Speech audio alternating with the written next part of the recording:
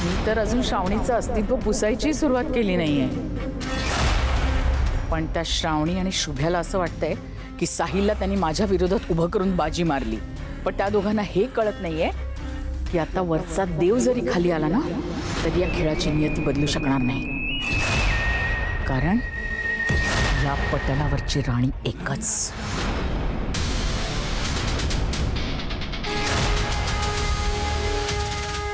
आई करवीर निवासिनी अंबाबाई, तुझ्या लेकीला बळ दे की माझ्या आईच्या आयुष्याची राख करणारं ते जळतं सत्य जगासमोर येईल. आजवर मी अंधारात चाच पडत होते, पण आज माझा प्रत्येक वार हा अचूकच लागायला हवा. असा वार केलाय ना मी की गेली 23 वर्ष ही जखम नुसती भळभळते, रक्त वाहतंय. ही जखम मी कधीच भरू देणार नाही. तर श्रावणीला वाटतंय की ती सत्य शोधून काढेल, पण तिला हे माहित नाहीये की तिचं उभं आयुष्यच एका खोट्या पायावर उभं आहे. सत्याचा मार्ग कठीण असेल, पण आज तो सुटता कामा नाही. आई तुझ्या आशीर्वादाने त्या अहंकारी बाईला आज मी दाखवून देईन की सत्याची धार काय असते.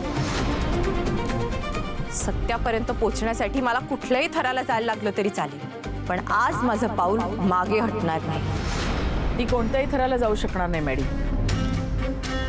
कारण मी असा डाव रचलाय ना की त्यातून ती बाहेरच पडू शकणार नाही.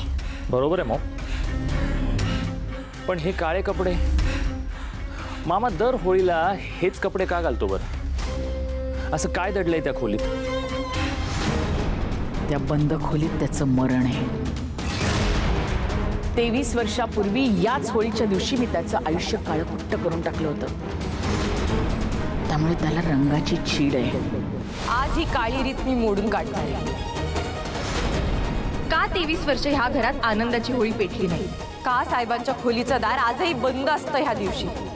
असं काय घडलं होतं त्या बंद दारामागे ज्याने साहेबांचं हसू कायमचं हिरावून घेतलं? दरवर्षीप्रमाणे आजही त्याच्या खोलीचं दार बंद असेल. आठवणींच्या तुरुंगात त्यांनी स्वतःला डांबून घेतलं असेल.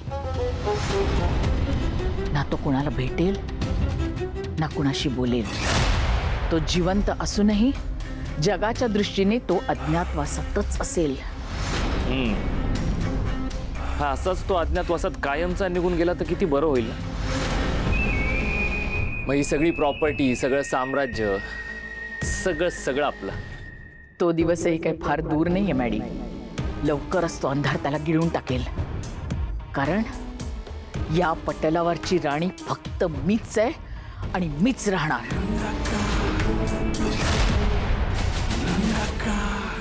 आज होळी पेटणार ती सत्याचा उजेड पाडण्यासाठी. आज रंग उधळले जाणार ते साहेबांच्या आयुष्यातला काळेपणा पुसून टाकण्यासाठी. आज बंद दाराची साखळी तुटणार आणि 23 वर्षाच्या प्रत्येक प्रश्नाचं उत्तर मला मिळणार. आई अंबाबाई, आजवर जे कधीच घडलं नाही ते घडवून आणण्याची ताकद मला दे.